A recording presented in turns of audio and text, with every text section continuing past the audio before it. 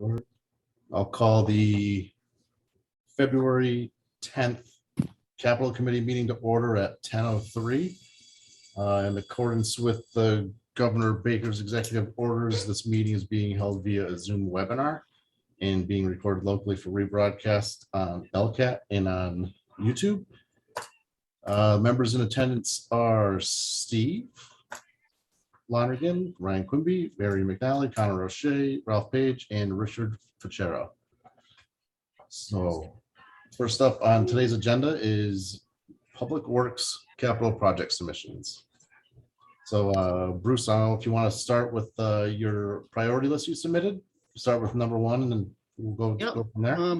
Sure. Obviously, per the Capital Committee's request, I've taken the Building Division, Highway Division, and the Equipment Capital Plan and the landfill closure and compiled those into a obviously a priority list. And I've only went up to number 9, given the dollar figure. I wanted to be mindful that I'm almost positive that all these projects won't be funded. So I cut it off at 9. So I'll get started. So the first priority for general fund project is the design costs of North Main Street, the TIP project from Harkness to Dearborn for $560,000.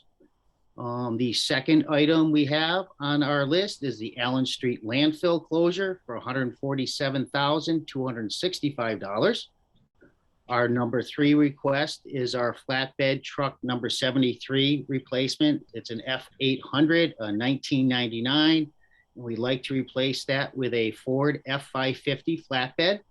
And that cost is $95,300. Our number 4 request is our backhoe number 17. It's a Volvo 2008. We'd like to replace that with a John Deere 410L.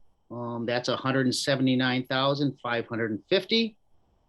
Our number 5 request is our Bobcat 109. It's a 2006. We'd like to replace that with a John Deere 333G compact track loader. Please keep in mind on this request, we wanted to go with a Bobcat, but Bobcat couldn't even give us a price.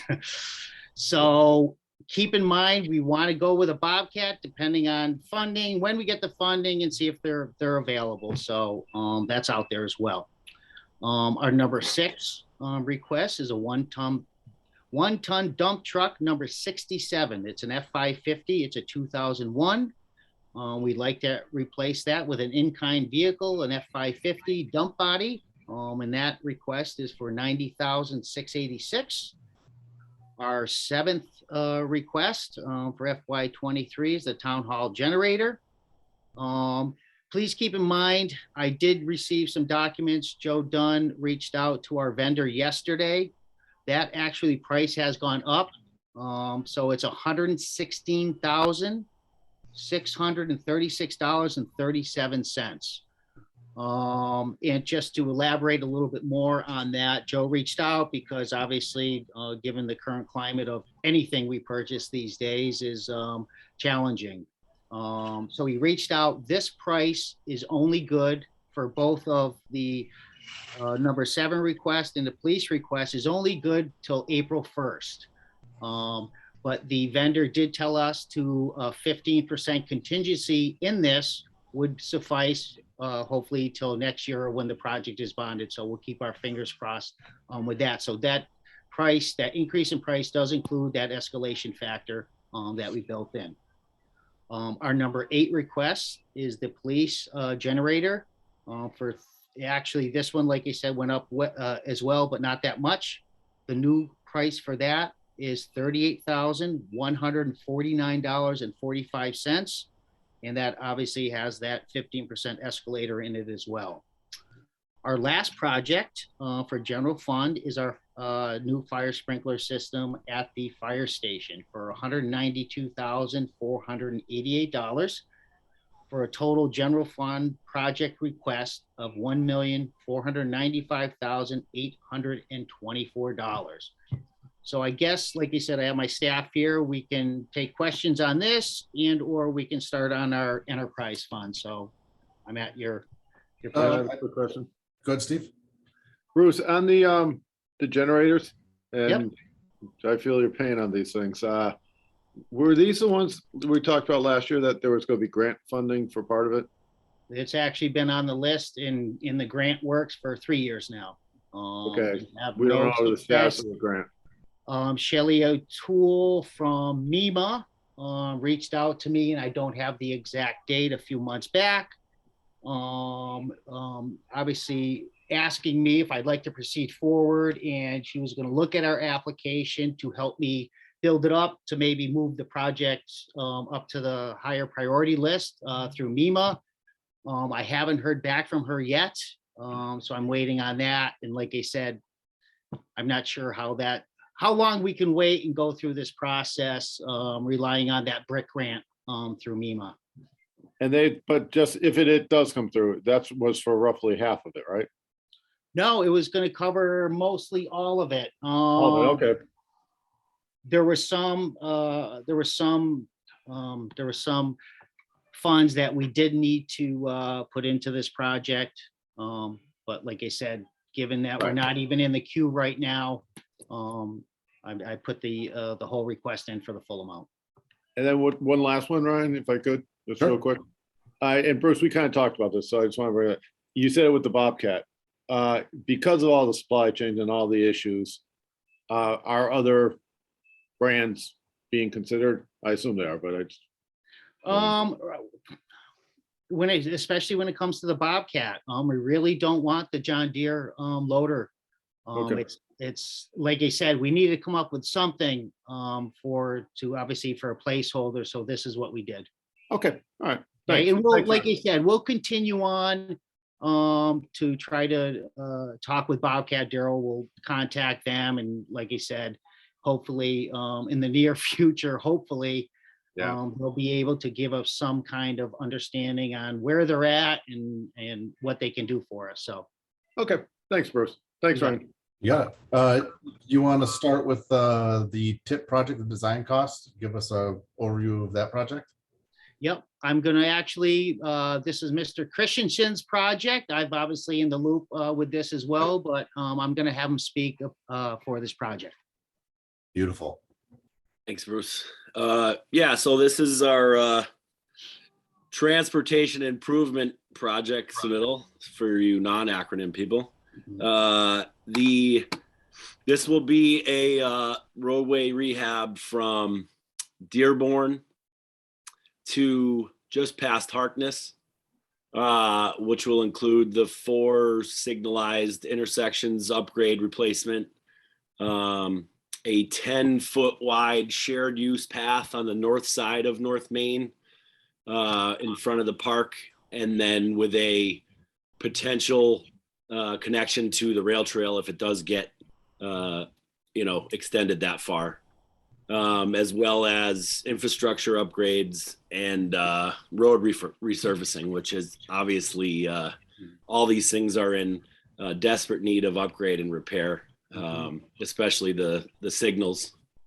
And so this design cost pretty much takes us through 100% design. I'm sure it'll change a little bit, but we've gotten a project number and approval from the Joint Transportation Committee. We had a meeting yesterday. We received a pretty good score, which we're confident will help us move the project along. So now it's sort of up to us to kick in our portion to keep the ball rolling. Obviously, numbers wise, a $500,000-$600,000 investment for $8 to $10 million worth of infrastructure seems like the right way to go. So there wouldn't be additional costs after this. We just have to cover that design cost. It would be the design costs, and obviously a construction project that hasn't even come to a 25% design yet. Things will obviously be a little bit fluid. So there could be additional design costs that come up, just like there could be additional construction costs that come up, or like with every construction project, it's hard to tell what's there until you get going. So, for the most part, this is, I believe there's the backup documentation from VHB that, takes us pretty much through 100% design.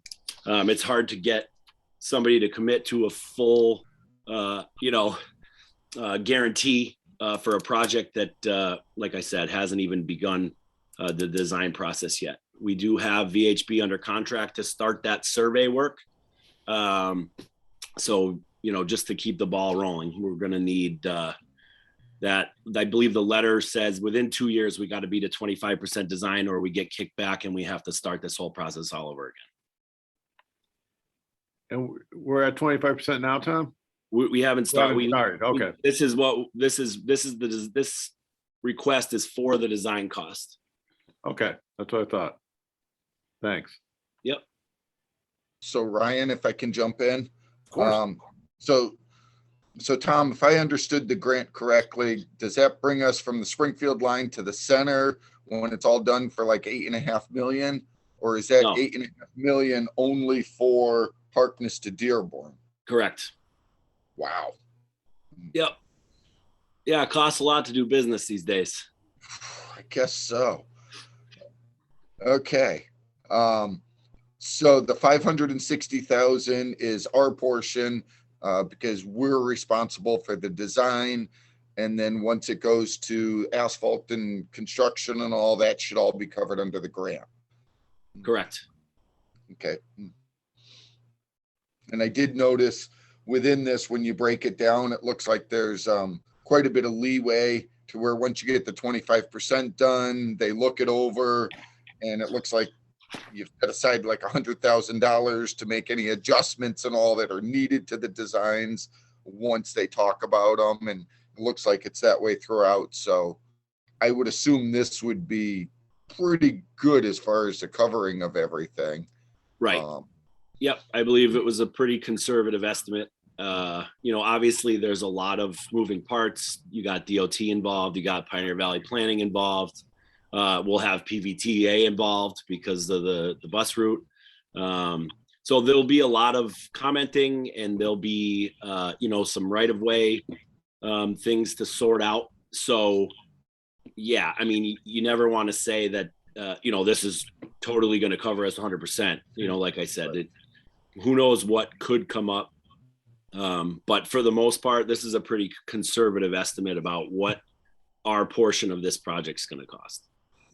And then just one more follow-up, Brian. Sure. Obviously, this section goes in front of Heritage. I know we've had issues with overflow and keeping Heritage at a set height and all, and we've been told that it's the pipe underneath or this or that. So am I going to assume that we're going to fix whatever we need to with the drain and all at the same time so that we don't get a whole new road and all in and then have to dig it up? Yeah. So obviously the whole system will be designed. The stormwater system has sort of been pieced together as North Main's been widened out. Right.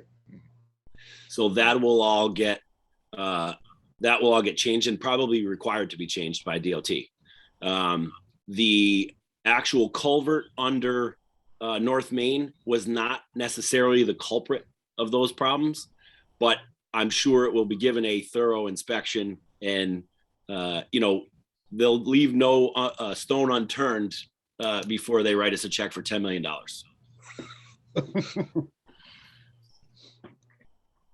Any other questions on the design cost for the TIP project? All right, Allen Street. My comment isn't about the cost, but I just want the committee to be aware that the final Treasury rule on ARPA spending includes culvert projects, which it did not before. So in the event that what Tom's describing or Ralph's questioning becomes relevant, there might be an additional funding source available. Right. And I guess I sort of left out because it's outside of the scope of this, but I think Bruce has money in the Heritage Park project to sort of handle that structure, which is really what the problem was. It was never, the culvert under North Main is sound and big enough to handle whatever comes out of Heritage Park Pond.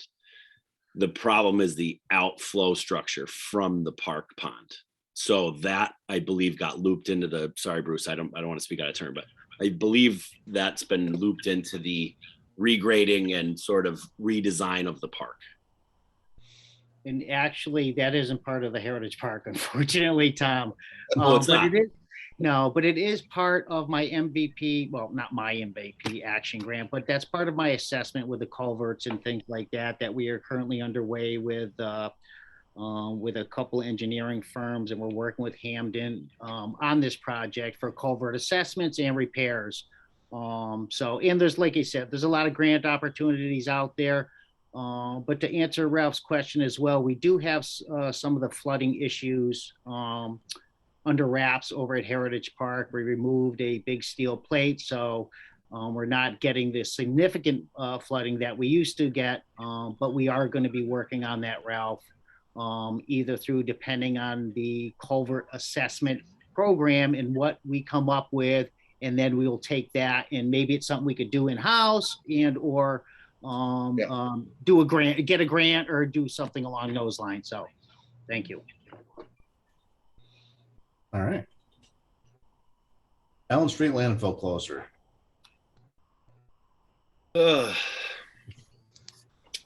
So again, this request is just for the design of the corrective action design. We recently received a notice of non-compliance from DEP. So sort of we're sort of on the radar now to kind of get this project rolling. This request will get us back into compliance by, I believe, the extension we asked for. I think we had to have this done by December 31st of this last year. So this will get us back into compliance. We asked for an extension till December 31st of this year.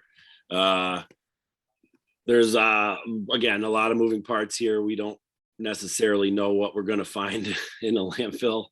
We're doing some exploratory work right now. But for the most part, this request is to, get us back into compliance with DEP, get a approval for a design to cap the landfill, and then have our guys start doing some work to get this thing closed. All right. Have we made any additional progress on getting the parcel from the private owner? I do not believe so. I've been negotiating, but we're not getting very far. They have an outrageous demand that we're not even considering honoring. Excellent. Any Ralph? Of course. Do we know when the last time that landfill was actually used? How many years Yeah. ago? Were we talking back in the 80s, 70s? No. So it was basically out of use by 72, and it was quote unquote capped in 75. And by capped, I mean, I think they threw some dirt over the trash. So we need to bring that up to present day, what DEP would call, a proper capping of that site. And so I'm going to assume Steve was nice enough to provide me at our last meeting with some, what is it, GASP filings. And I believe it was number 18 that said we're responsible for the monitoring and equipment for a 30-year period. Yeah. That was 1972. 30 years was long ago, but I'm assuming this will all start again based on us having to strip the cap and then redo it, and then it'll be a monitoring 30 years forwards. Correct. And that I believe they're same with Summers, and I think that language is correct, provided that they don't see any new pollution. If you start getting hits, that monitoring requirement will be in perpetuity. There's nothing to see here. Move on. Just a pile of trash. Yeah. There shouldn't even be that after this many years. It's been in the ground 50 years. Come on. Any other questions on the Allen Street landfill closure? All right. Flatbed truck 73. Want to give a quick overview. I think when we schedule our on-site visits, they'll be one of the ones that we take a peek at. Yeah, I'm gonna let Daryl do the equipment side of things. All right. Okay, truck 73, it's, the original truck is a 99 F800. Originally it was a rack body, dump body. Daryl, you're breaking up. The truck has Looks been like he's used for frozen plow, up, too. Yeah, Daryl catch is, basin repairs. A lot of the use that we use this truck for is Daryl, we can't hear you. if anyone remembers,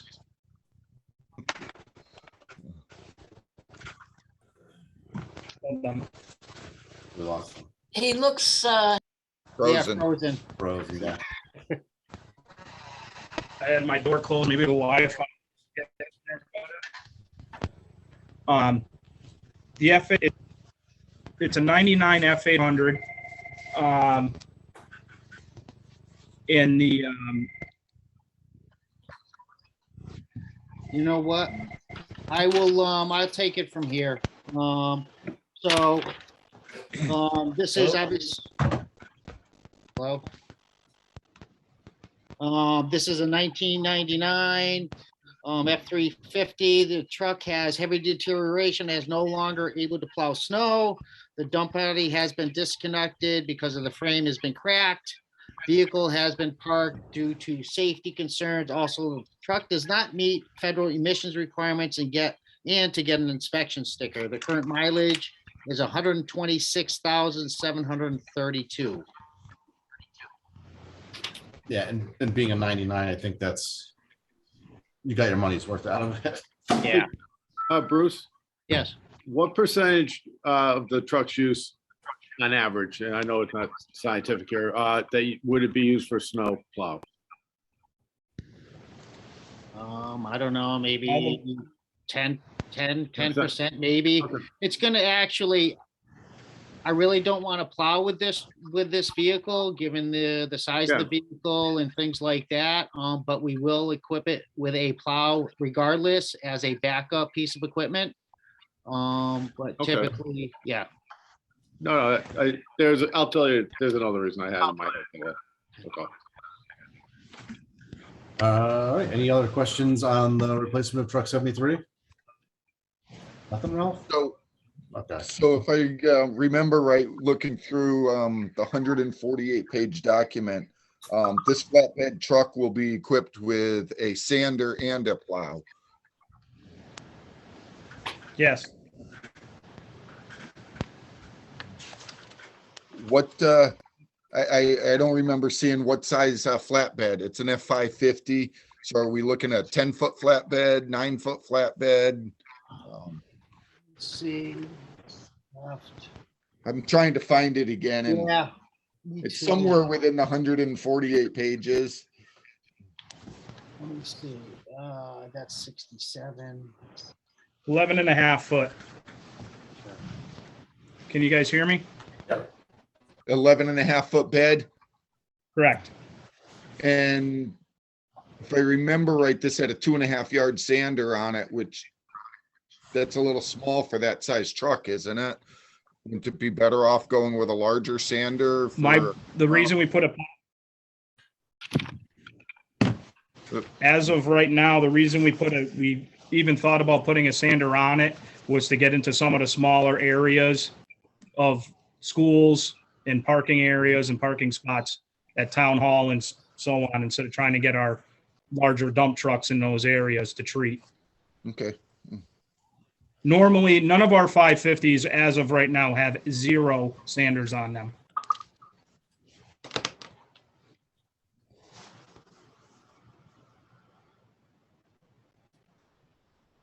Any other questions on the truck 73 Ford F-550? All right. Move on to the backhoe, number 17, replaced with a John Deere 410L, $479,550.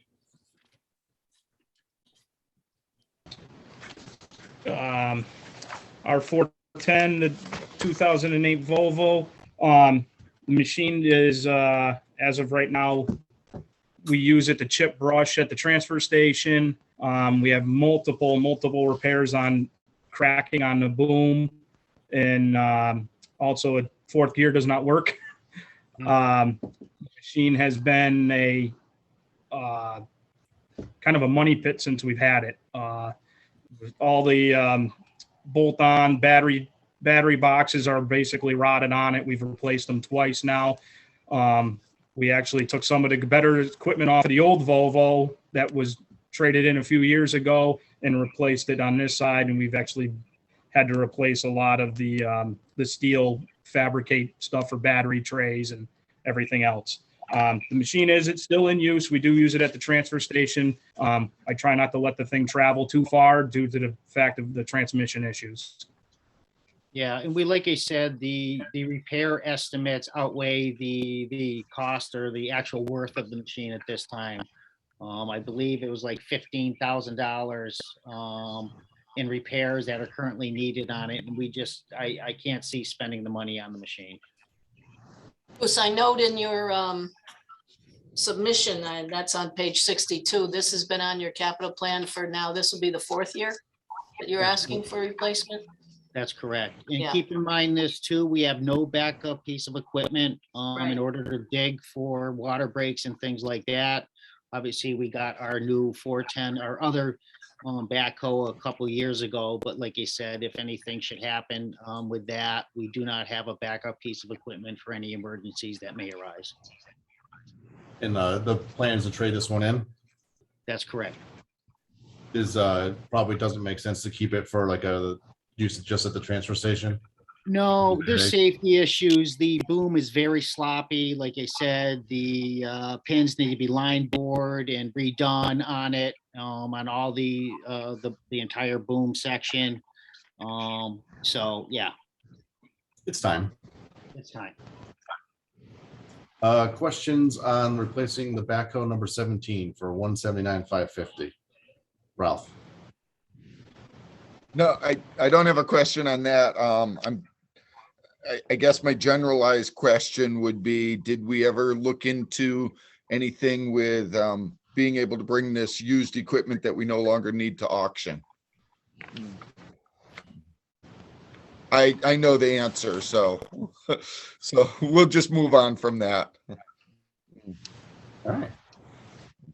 The Bobcat, replacing it with the John Deere, the 333G compact track loader, because Bobcat wouldn't give you a price, for $88,725.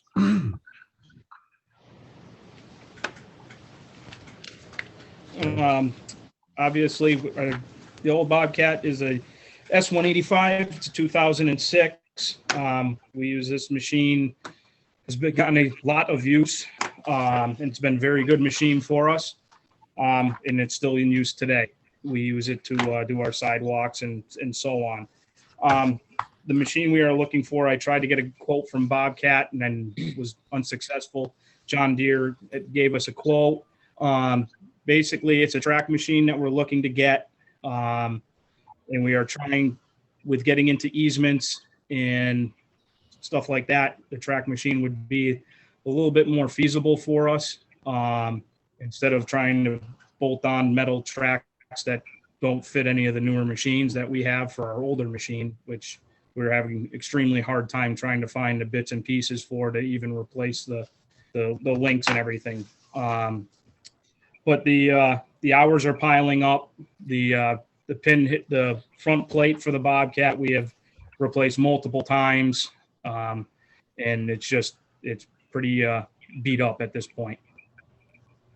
Does it actually have 10,000 hours, or is the meter broken, or both? At this point, I'd have to look at the meter, the gauge, but it's got to be darn close. because And it's, it runs a lot. Yeah, and the meter doesn't work anymore. Yeah. Mm. Questions on the Bobcat replacement? So Ryan, I'm assuming, Daryl, that we have a trailer, and if we end up with a track loader, this is going to be trailered around, because it's not something that you're going to be driving up and down the streets with the tracks on it. Correct. In the, the current one will be traded in? If they'll take it in on a trade, or we can also look into the option that, Bruce, that Ralph was saying, look into the options of auctioning off. So just to follow up, the reason I mentioned the auction is a lot of you know some of my equipment, and I will tell you what I got from my old Bobcat was just absolutely stupid money. I can't believe anyone would spend that kind of money, and every piece of equipment was going for that. I mean, you want to talk rusted out, it makes your stuff look new. And for my T190, I got over $12,000 for it. Wow. It's crazy. So, and that's why I was saying maybe just do a small amount, take 3 pieces or something, and see what we get compared to what the trade-in would be. Is that through Styles? Hey, it happens, but if we get more for it, great. Mhm. As far as auctioning, Ralph, is that through Styles? So mine was through the sales auction down in Connecticut that I used, but I know there's multiple different auctions. I know there's a municipal bid auction. I mean, there's a few different ones. After I mentioned it last year, within 2 weeks, I get a postcard in the mail on a municipal auction coming up, and I just laughed. I'm like, did they hear me or something? It's something to look into. Like I said, it's an option, and like I said, if you can recover any additional amounts of money, it goes towards new equipment for you. It's a great idea. It's just Steve's department is It's tough. significantly understaffed, and to make sure we comply with all the municipal regulations. It is an excellent idea, and hopefully this coming year we'll have the freedom and flexibility to look into that. Right, Steve? Yes, Mary, we have not forgotten you, Counselor. I also You get never those. do. And no, I can't, even when we try. But with the auction, there are rules, legal rules and stuff for municipal auctions that I just gotta get more familiarized with, and then find a place that'll do it. But Okay. it is a great idea. We haven't forgotten about it. All right, any other questions on Bobcat number 109 replacement? See, now we'll move on to the next one. The one-ton dump truck number 67 replacement with a Ford F550 of $90,686. This truck actually is obviously still in use, so a lot of you will probably see it in your travels this week and the coming weeks. It's out doing pothole patching. This truck, actually, the dump body was rotted out so bad on it. We actually took the dump body off of it, the lift cylinder out of it, and purchased a flatbed for it a number of years ago. We sandblasted the chassis on this truck and had the cab painted and the chassis painted in kind of a restoration project to keep the truck going. We've replaced rocker panels, floorboards, and I'm kind of surprised. We've actually had it broke down while we were plowing this last storm. It broke a front axle. And I never thought I'd see the day that we couldn't find a part for one of our Fords. It was lo and behold, we had the old spare truck 3. We had to steal parts off of that truck to keep this truck going. We are finding, I find it hard to believe some days that we are having issues finding parts for these older Fords. And I don't, a 2001, I didn't think I'd ever see that day, but I guess it's starting to show. Some of these places just aren't stocking it, and it's making it, I'm sure we could find them. It's just getting increasingly harder to find the stuff and purchase it over the internet and so on. But the truck is out every day. It's plowed every storm this year that we've plowed. And it's something that we've been trying to keep up on and keep going, but it's definitely, it's seen better days due to the fact it's starting to show its age again since we've restored it the first time. All right, questions on the dump truck number 67 replacement? So Ryan, I just wanted to make a comment. So what I'm looking at is the base vehicle pricing, and I have to tell you, the pricing is excellent. I've looked at vehicles and all, and I mean, it's fantastic. The upfitting, like I said, is where a lot of the money comes in, and it all depends on how we're going to use the equipment. But the pricing is very reasonable. On this one, I just had a question under upfitting. It says reflects vehicle 98 discount. Is that a trade-in amount? VEH 98 is actually the state contract number. So Okay. I believe this year, I was speaking with Mark Hotford the other day. That number has actually changed. It's VEH 100, if I'm not mistaken. I believe that's what I wrote down. Okay. VEH 100. What we are running into now is Ford is not letting anyone order fleet vehicles. So it's becoming a bigger issue with the supply chains and everything else. And I have called multiple dealerships and other vehicle outfitters, and they're running into this with a lot of the manufacturers. Of course. Yeah, it's like a never-ending battle, it seems like lately. It's like that for everything. You know, we ordered wireless access points in July, and the estimated ship date is July, over a year later. Yeah, it's a struggle. But you know, we're doing the best we can with like just like everyone else is, trying to muster our way through it. Hey, All right, Ralph, I'm any- trying to understand your question because you uplift equipment. Trying to find that in the documentation. Just passed it. So page 74. All Page right, 75, I've got it. okay. 475. It says the Based on base vehicle uplift. price 38, Oh, and then I it got says you. Yeah, upfitting 43,250, which is, you know, the cost of your bed, your sander, your plow. yeah. mean, This is, It's yeah, no good to buy the truck and not have a body on it or a plow or anything else. So yeah, sure. So this is just telling you that this is part of the VH 98 contract that they submitted and bid on through the state. That's all. That's the price that's locked in. exactly. That's all. No, that made sense as soon as you said it. Like I said, I just when you see discount, it's like, woohoo, that's a good thing. Like I said, the pricing is very good. I mean, I've been looking at vehicles. So I just, like I said, being in the business, I want the other counselors and members to realize that the pricing is extremely good. Thank you.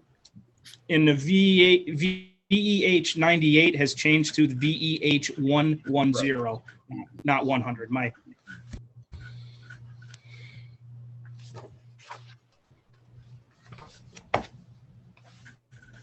So contract number 110, Daryl, is that what you just said? As opposed to Correct. 98? Okay, thanks. Connor, you got a question about the vehicle? Not so much the vehicle, but probably just the same overall thing. So I imagine with all these different vehicles, 3 through 6 here, it's probably the same sort of thing with other departments that even if we ordered it now, you're probably not going to see it for quite a long time. Yeah, that's correct, Connor. But hopefully in these next couple of months, Ford gets caught up. Please keep in mind this as well. You'll see on commercials and stuff, they're inviting regular people to come in, residents to come in. They're able to order trucks because of, like Ralph says, because of such good price municipalities get. That's why they're not taking our orders. So they're trying to increase their sales and things like that. So we got good locked in prices. We just have to be patient. And I think it also just means that And since there's probably going to be such a long lead time on it, things are probably only going to get worse for you guys in the meantime with the status of all your equipment. I hope not, Connor, but. I know, hopefully not, but. All right, town hall trailer mount generator. Definitely not a new request. Are there anything changed? You want to give a quick overview for the new members of the capital committee? This is a 150 kW trailer mounted generator. It's a mobile generator. This is obviously because we have no real estate here to install an exterior generator on site. This also includes a disconnect, a temp tap disconnect where we plug and play the generator, flip a couple breakers, and the town hall has power. Pretty straightforward project. Questions on town hall generator? All right. Maybe Oh, one for you, Ryan, for like your equipment and stuff that's at town hall, does that already have backup power sources to keep that running without this new generator? Yeah, DPW maintains 2 current generators that run, one generator runs all the equipment, and then we actually have a second generator just for the air conditioning. Without air conditioning, that server room, it gets over 100 degrees in Yeah, less than half melts. an hour. Yeah. It warms up quick. But yeah, there's 2 there, and this generator would not replace those, right, Bruce? No. Right. But obviously, this could be a backup to those generators. You know what I mean? If one of those generators should fail or drop out of power for some unknown reason, we would be able to use this generator to obviously back up those critical facilities here at Town Hall. Yeah, because if there's a power outage and we feed town hall with this generator, it would be our generators would then shut off, right? Yeah. Exactly. Yeah. Exactly. All right. Speaking of generators, the police generator. Want to give us a quick overview on the police Oh, generator? sorry. Geez, I'm sleeping here. This is to replace the existing generator that's currently located in the basement at the police station. Not the most ideal situation for the police station. I know Mr. Dunn continues to struggle to find parts. We actually, a few years ago, had to buy extra starters because they were no longer making them. So obviously, this is a critical facility, keeping the police station powered up during power outages. This would be located on the outside of the building with a structure like we installed at Allen Street, just a pad mount generator with a roof over it. And obviously, we would remove the existing generator from down the basement and to free up some existing storage. And this generator will run the entire facility. It seems every power outage that we've had, that generator's always been a problem. Yeah. Running cords out into the parking lot for the Yep. server equipment because our radio system actually runs through, or I should say Westcom's radio system runs through the police station to our radio room behind the fire department. So our power outage at our police department was affecting everybody on the Westcom system as well. So it's definitely a critical need. Any questions on the police new generator 60 kW for $38,150? No questions. Number 9, the fire department new fire sprinkler system piping for $192,488. I'm going to let Mr. Dunn speak about that one. He's our resident plumber. So he can speak on this one. Thank you. Yeah, so the sprinkler system over there is a dry system, so there's no water in it, just air. It's all original pipe. It's Schedule 10 pipe, which is just north of a muffler. Exhaust pipe is very thin pipe, but that's what code allows for sprinklers.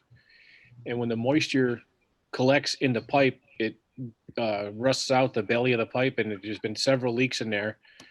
When the air leaks out, the water chases the air, so then you have water damage. And we just had a failure about a month ago in the bunk room where a pipe rotted out.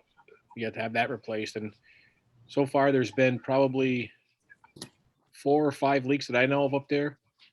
It's just Again, the pipe is very thin, but that's the way code, it's up to code, so.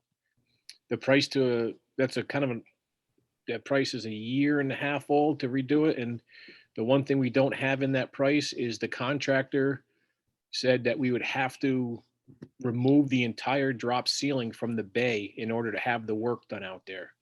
So that might be Oh, another, wow. So you'd Yeah, actually have to probably take the fire department or come up with a workaround for the trucks, right? yeah, we'd have to do something. We may do it in the spring or do it in the summer when they can keep them outside or something, Yeah. or do half a bay do one bay at a time somehow. But there's no catwalk in the ceiling up there in the bay, so Yeah, we've had to run network cables across there. yeah. We usually make Paul do it. Is it the new pipe going to be plastic or would it still be cast iron? I would imagine it's still gonna be, it's not cast, it's steel. Okay. It's still gonna be Schedule 10 steel. I'm not sure that plastic made it up here yet in the code. Yeah. In a lot of states, you can retrofit with plastic. Plus, being a commercial building, it might not Oh, fly. right. Not real familiar with the sprinkler codes. Sure.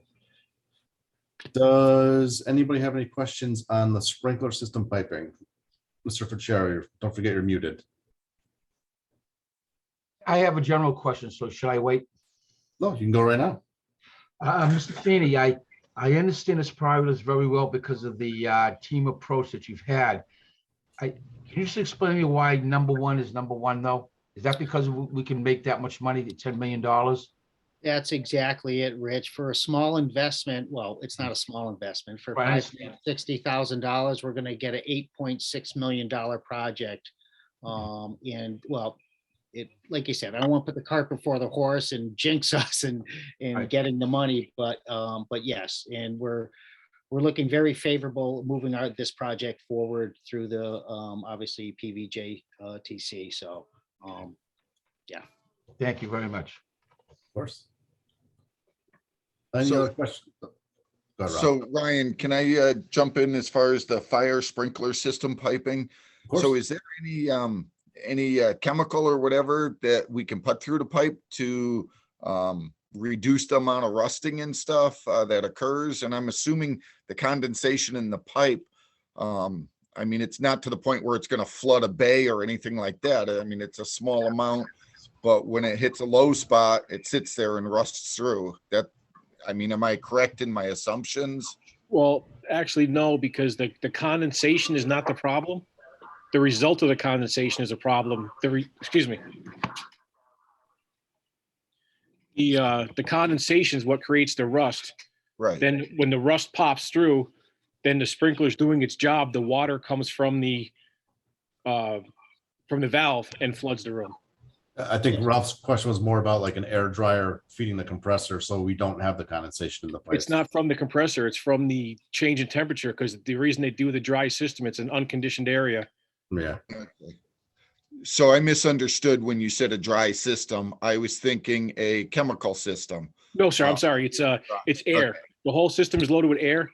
When a head goes, the air pressure releases, which releases a valve on the water side. The water chases the air and comes out there. That's all. Yeah. Okay. Yep. And the condensation comes from the attic. The reason it's a dry system is because it's in an unconditioned area. So in the summer and the winter, when the pipes freeze warm and cool, that's when the condensation occurs. There are drains on it, which are done every quarter. They're just a small drain that goes into a slop sink in the laundry room over there. But it's the rust that, if it was full of water, it would rust less than having no water in it. Right. So that's the problem with it. And again, it's Schedule 10 pipe. It's very thin wall pipe. For my own curiosity, what's the PSI on the air? 40, I think there's 40 or 50. So the air actually, there's a flapper valve in there with like a mousetrap kind of thing. The air holds the trap shut. When the air releases, the trap opens, releases the water. It's gotta be fun. Connor? Thanks. I just had a general question. If this one was to be replaced, I think you had said it would be like the same like schedule of pipe. Like, was there an option to make it thicker so we don't get the same problem in another 10 or 20 years? Yeah, I'm sure there would be, but it just all comes to price. I mean, you could probably do it in stainless steel if you wanted to throw all the money at it, you know? True. Yeah, so the schedule, the problem is that it's approved by code. So any adjustment would be a significant increase in price. Gotcha. Okay, thank you. So when we build our safety complex, we'll make sure to do it in stainless steel. Or a wet system. A wet Or a system. wet Better than system. a dry Yeah, system. keep it in a conditioned space. Yeah. All right, any other questions on the sprinkler system or about any of the DPW projects for the general fund? I had one question. It's not related to any of these projects, but Joe, can you update me and the rest of the committee on the boiler issue over at the Council on Aging? Yep, the first half. That project sort of bypassed this committee because of its emergency nature, and I know you had started the work, but what's the status now? Same old story. The abatement is done for the large boiler. Where the new boilers are going, we're waiting on the boilers. It was 12 to 14 weeks out for the two boilers. So they should be here anytime now within the next couple of weeks. Okay, and then once they're installed, then we'd be able to move forward on that whole basement area over there? Yes. Yep. As soon as the other boilers are running, the same abatement company will remove the boiler that's running now. Yeah. And the basement will be freed up. Great. Okay, thanks. All right, so we'll jump. Is everybody comfortable moving forward? I know I'm trying to limit us to an hour. We still have waters, sewer and stormwater to go through, as long as everyone's comfortable continuing. Yeah, I can keep continuing. I had one other general question. Sure. I noticed, like, not so much in your priority list of projects for this year, but I noticed that, like, it was like, I think every 2 years you had like 600,000 for like roadway improvements. Just because I guess I'm new to the committee, was there like a rationale to only doing that sort of thing at a limited basis like that? Well, yeah, so we were trying to offset our Chapter 90 funding in order to try to continue with our deteriorating streets in town. So we kept that as a placeholder moving forward for additional funding. So we wanted to keep that in there. So when we do need additional funding, that it's not a new project. So we're keeping it on there just in case we need to move forward with that. But given like I said, that was developed last year, we're continuing on, but given all the ARPA money, all these other grants, and just like Mary said, the Westwood Maple Shade, we're going to have plenty of projects to do with plenty of upgrades. So we're not going to be looking for that monies this year, maybe next year, depending on where we're at as far as our road reconstruction projects go. Gotcha. So then just because it's not necessarily on the list for this year doesn't mean we're not doing any sort of roadway improvements year to year. Exactly. We're doing them every year, Connor, every year. Gotcha. Perfect. Thank you. You got it. All right, Bruce, if you want to take over for Public Works Water Division. Yep, sure. So the Department of Public Works identified 3 projects under the Water Division.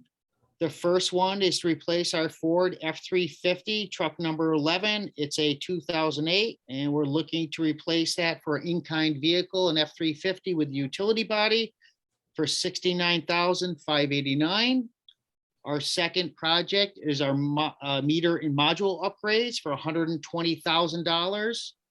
And our third projects we're requesting is our pump station communication and PLC upgrades. And this is a 25%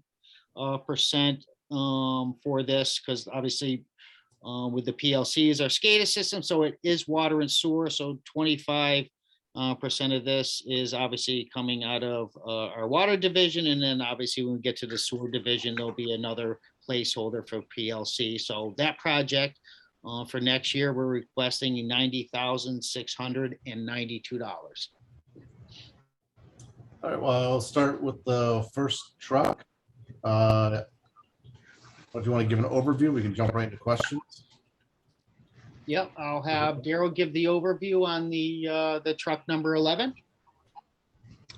Truck number 11 is right now is parked on the side of our yard at a service. This truck is an 08 F350. We obviously plowed with this. Ralph, as you probably know, it's a 6.4 liter diesel with the most illustrious great emissions that we have to deal with. His truck now has major oil leaks, major motor problems. We have actually pulled the motor and replaced down exhaust pipes and multiple issues under the hood many a times. And it's gotten to the point now the truck is just not worth spending the money on. And I couldn't see the next repair was going to be very costly. And I did not see the point of continuing with this. I didn't see, just so we could pull it apart again in 3 months with something else that goes wrong. So what I did with this vehicle, when I spec'd it out, it actually, all our smaller trucks, even the 550s that we spoke with before, we are no longer ordering any diesels. We are strictly using gas motors due to the fact of the emissions, and we just can't keep up with them. The trucks, you can't let them idle anymore. It's not like it used to be with the older trucks that you could idle all day long, start them at 7 in the morning and they idle till 3:30. With the way the vehicles are built nowadays, it's become a problem for us to do that. And we all know if there's a water break in the middle of the night and someone needs shovels and stuff and the guys are working at the trucks and it's cold out, they're going to leave a truck running. So I made the decision to keep getting gas motors in our newer vehicles. And the truck actually downsized. That truck is a dual rear wheel truck that we have now. We downsized a little bit to a single rear wheel axle, and it's still a utility body. One, to save money, and two, the truck was a little oversized for what it was being used for. So I figured we go step down to the smaller size, and it would still have a 9-foot Fisher plow on it to plow snow. And that VEH 98 would actually change to VEH 110 like the other vehicles. The maintenance cost of $28,000, that's with you guys doing the labor side of it, or kind of a mix of both? We have tried with that vehicle, we've tried to do all of it ourselves. What we run into with these newer Fords and newer vehicles with the diesels, you got to pull the cab off to do a lot of the work, which is, we have managed to do it, but we haven't pulled the cabs off, but we have had to unbolt the cab and lift the cab up and stand it up on jack stands, enough room to be able to do the work we need to do. We are not set up to be pulling cabs off of trucks like some places are. We just don't have we have the equipment to do some of it, but not to that extent. Yeah, that's a mission. Yeah, we've spent in the last 5 years 40% replacement costs. Mm-hmm. Yes. All right, and then Connor. Thanks. You had mentioned like switching from the diesel to just gas. Does that also yield us like any fuel economy improvements, or is it just the whole maintenance side of things that makes your life easier?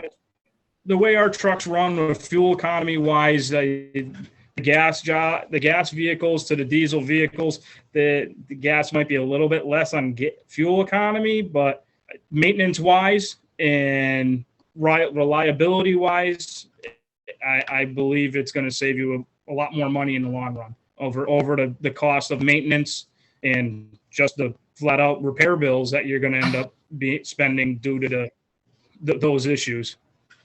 Yeah, and I think it comes along the lines too as well, Daryl, and if you did mention it, my bad, but the DEF system that goes along with those for the emissions continues to be an issue. We clean them out, we replace the fluids, then we got to go take them, run them on the highway at certain speeds. It's just the diesels have become a nightmare, and the only reason why is because of the emissions requirements. So we're trying to step away from those types of vehicles. Unfortunately, the larger piece of equipment we have, we're stuck with those, so.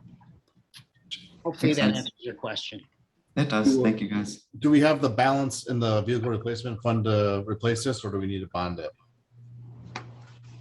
I think we're gonna have to bond part of it. I'd have to check the balance. I know we used some of it this past year of the vehicle replacement, so. Okay, Ralph? So just to follow up, as far as the diesel engine, the other thing is the gas engine's a lot less expensive when you initially buy it.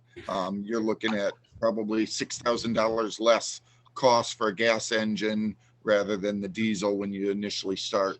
But my only thing is I'm looking at this, it looks like what we're buying is a pickup truck, removing the pickup truck bed and then putting a utility body on it. And I know that Ford, there's a difference between buying a cabin chassis, it's a beefier truck, than buying the pickup truck. And the dual rear wheels for plowing is always better. So it may be something, again, I'm not going to tell you what vehicles to buy. It's just something I would look at. I don't think there's a huge difference in cost. And especially when you're saving it by not buying a diesel. Right. Just something to think about. Thank you, Ralph. All right. Questions on vehicle replacement? Moving on to the water meter modules. Bruce or Mr. Felix? Yeah, I'll have Felix do this one. I'm feeling left out. We haven't had him talk yet. Yeah, a lot of our water meters are battery life is failing. So as the batteries fail, we have to replace them. Not only that, these older disc style meters have moving parts with inside, and over time they lose their accuracy. So as we purchase these newer meters, we've increased, basically I'm increasing our revenue because they're not slowing down like these older meters are. We're getting more accurate results with our newer meters. They use ultrasonic technology. They last at least 20 years accurately. The battery life is much better. Your typical meter will start to slow down after 15 years. And we have a lot of meters that are much older than 15 years. They need to be replaced. All right. Questions on the water meter replacement, Ralph? So these are all in-house meters. They're not municipal meters at our locations. These are Not municipal. Okay. Any other questions on the water meter replacement for $120,000? Same question as before. Is this would have to be bonded, or is this covered under our balance? The water meters would have to be bonded unless we have cash. We could pay for it straight cash if it's budgeted, but it'd have to be, I'm assuming since capital and it's a decent amount of money, we'd want to capitalize it and bond it. Is this a 1 year? I thought last time we looked at this was like a couple year plan. We're doing this every other year, Yeah, gotcha. given the, obviously, the amount of time to get new meters in and finish a project. So we're trying to do this every other year to give us the opportunity to install all these new meters as well. So typically, like I said, maybe 6 months to 8 months, and I don't even know if that's accurate right now, but gives us the opportunity to get the meters, install the meters, and then get onto our next project. So that's why we're doing it every other year. Perfect. And you got the 12% contingency? I believe so, yes. I'm thinking I'm looking at the next one. One more. That's PLC. I jumped up already to the next one. Oh, sorry. I had one more question, Ryan. Yeah. How many, do we still have like a lot of outstanding meters that you expect we need to replace over the coming years, or? Right now, we have roughly 750 meters that are beyond the 15 years. Gotcha. How many, rough estimate, how many do you think that this amount of funding for this year would replace? Is it? It depends on the cost of the meters. I mean, every month the cost of the meter is increasing. Your average 3/4 inch water meter is roughly $350. Okay, 1 inch meter, just over $400 a piece. thank you. You got it. Any other questions on the meters? All right, pump station PLC upgrades, 25% funding from Water Division for $90,692. Yeah, this is for all our larger fiber optic stations. Ryan, you can attest to this over time. The programmable logic controller, which basically runs these stations. A lot of these are original, back to early 2000s, before I started working here, so I can't remember how old they are. They're out of date. They fail, and right now, Alan Bradley is not making these anymore. So we're hoping to update them to the latest and greatest. Also, we'd have to replace the operator interface controllers, which allows our operators to manually run these stations in the event of a SCADA failure. All right, questions on the PLC upgrades?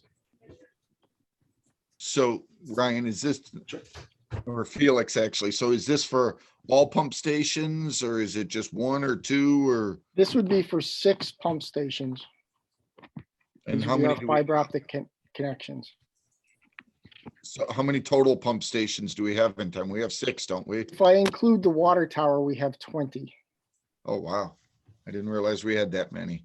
So Yeah. these are all the ones that are on the fiber optics On already? the fiber optic, correct. Major We are one. currently under contract right now to get all of our smaller stations that run on radios. Get those all redone because the radios are going, and as they go, we cannot replace them. There are no replacements for them. You have to replace the system in kind. You can't just throw any radio in there. It has to run off a certain frequency and whatnot. So we're working on getting that done this year. So if we expand our fiber optics throughout the whole town, we could probably get the other pump stations onto this. Correct. And with this, and with these new PLCs, the existing PLCs that are in there would not accept the fiber optic connection. Right. So if I'll we leave your hands upgrade up, it now, in the future, if fiber goes by any of these stations, we can just plug and play. See, I'm just thinking Fiber to the home benefits project. of fiber optics. That's one other thing I'm Absolutely. pushing it. Sure. I'll And go like get you my ladder said, right now. right, it makes sense. So at least the new equipment we're putting in will be able to accept this. So that's a good thing. Yep. Thank you. All right. Next project. Sewer division. Oh, I'm scrolling too far.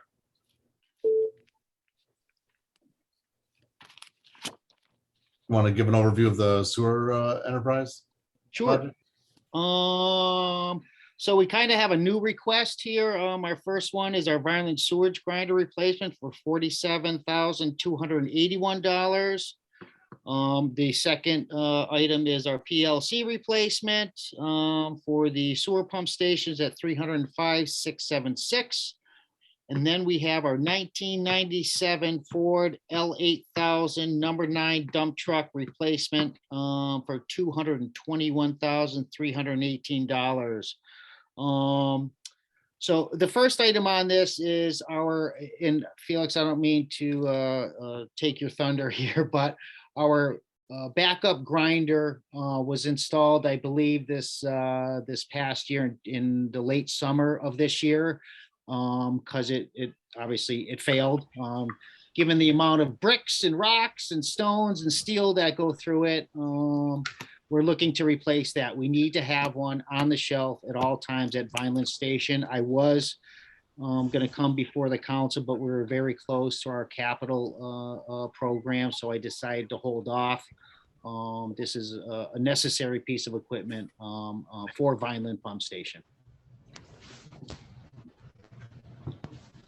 Questions on this? This is what the muffin monster, right? What they call it? Yes. Nice. Connor. Just out of curiosity, you mentioned that like all sorts of large debris was going through it. How come that happens? I'll let Felix. You'd be amazed when people flush down the toilet. Yes. I- You gotta I- keep in I mind pulled is- silverware, you name it, it comes out, it comes down Wow. there. I think it was when that pump station was first brought online, didn't kids get in there and open the thing, the wells and throw a chain in there? Yeah, they Over to did. the Muffin Monster. Yes. Any other questions on the grinder replacement? I know, Ralph, you gotta have something.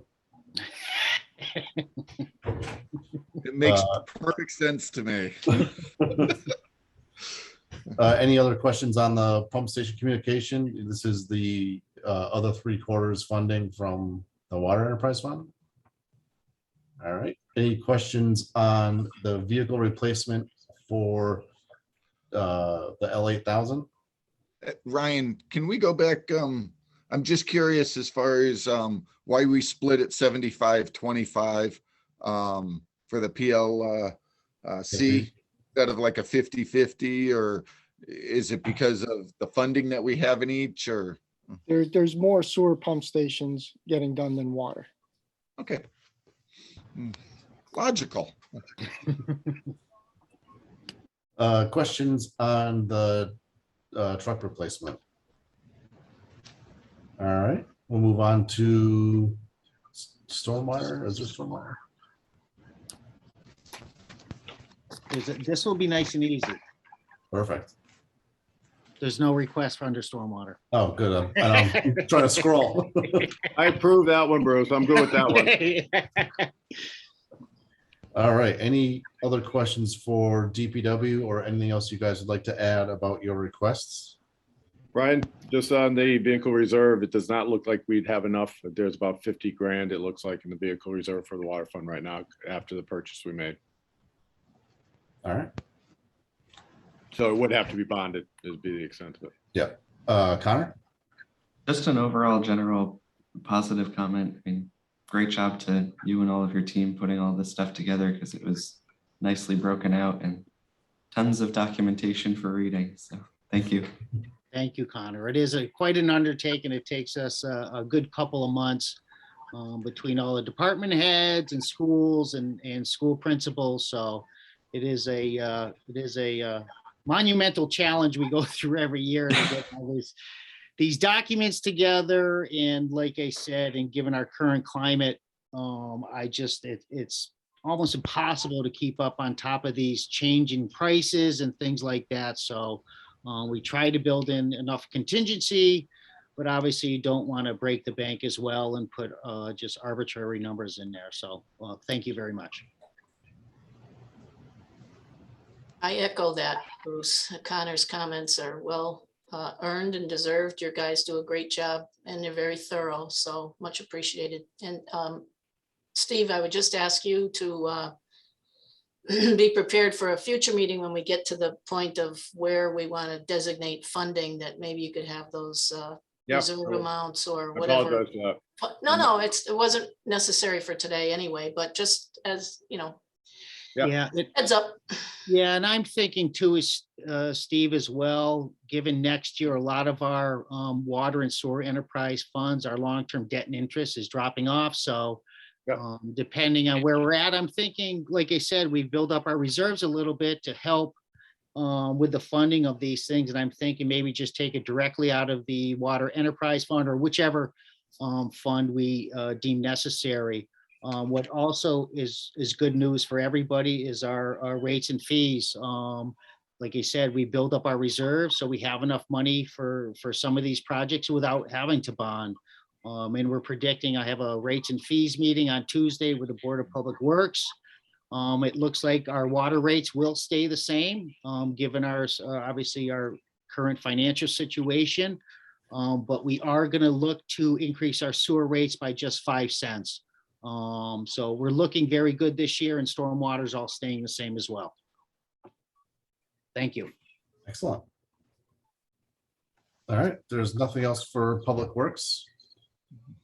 We're good. You guys can disconnect. Thank you, everybody. Thank guys. you. Thanks for Thank coming you. out. Thank you. Thank you. All right. Or Wow, that changes it. Approve minutes. Did everybody have a chance to read the minutes? I know I sent them out kind of late yesterday morning. If not, we can push it off for the next meeting.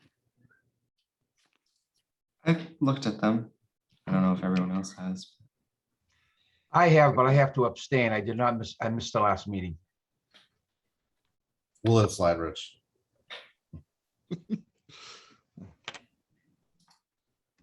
If you guys are comfortable, I will entertain a motion to approve the minutes from January 25th, 2022. I move to approve the minutes of January 5th, 2022. Is there a second? Second, All those in favor, Steve? Yes, I am a yes. Connor? Yes. Rich is an abstention. Abstain. And Ralph? yes, All right. I will entertain a motion to approve the minutes from February 3rd, 2022. I move to approve the minutes from February 3rd, 2022. Do I hear a second? second, All those in favor, Steve? yes, Ryan is yes. Connor? Yes. Rich, here's an abstention. And Ralph? yes. All right, minutes are done. So for the next meeting, I had emailed Gordon Smith and Pam Blair about setting up their capital meeting on next Thursday. I have not heard back from them.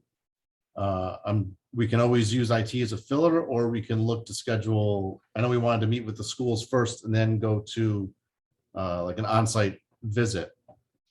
What's the committee's pleasure? If I can change Gordon a little harder.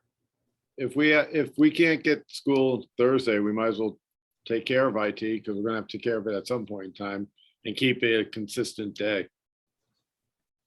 And is it this time next week work good for everybody? I'm Yeah, okay. that should work. I I'm good. know Jim had. We have that radio meeting at Westcom at 10 o'clock on Thursday, Ryan. Oh, I should look at my calendar, huh?